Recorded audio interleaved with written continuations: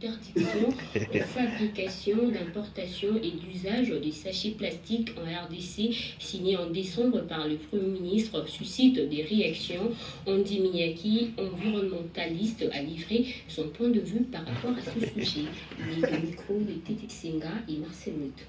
Nous accueillons cette loi puisque cette loi vise à préserver l'environnement et à améliorer les conditions de vie des populations qui demeurent dans cet environnement-là. Mais le problème ne réside pas dans l'édition de la loi.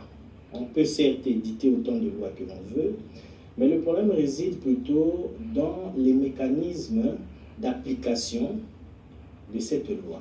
Certes, le plastique pollue et les conséquences sont très néfastes pour l'environnement, mais je pense que l'État doit attaquer le problème à partir de la source, c'est-à-dire l'État doit d'abord interdire l'importation des intrants qui permettent la fabrication des plastiques, des bouteilles en plastique, et tous ces conditionnements à base de plastique qui sont, n'est-ce pas, néfastes lorsqu'ils ne sont pas recyclés à notre environnement. L'État peut posséder un système de troc, premièrement, c'est-à-dire l'État peut produire une certaine quantité des emballages biodégradables, certes en évaluant la masse des unités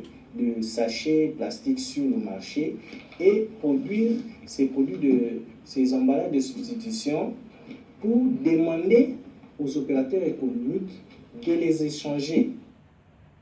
La journée mondiale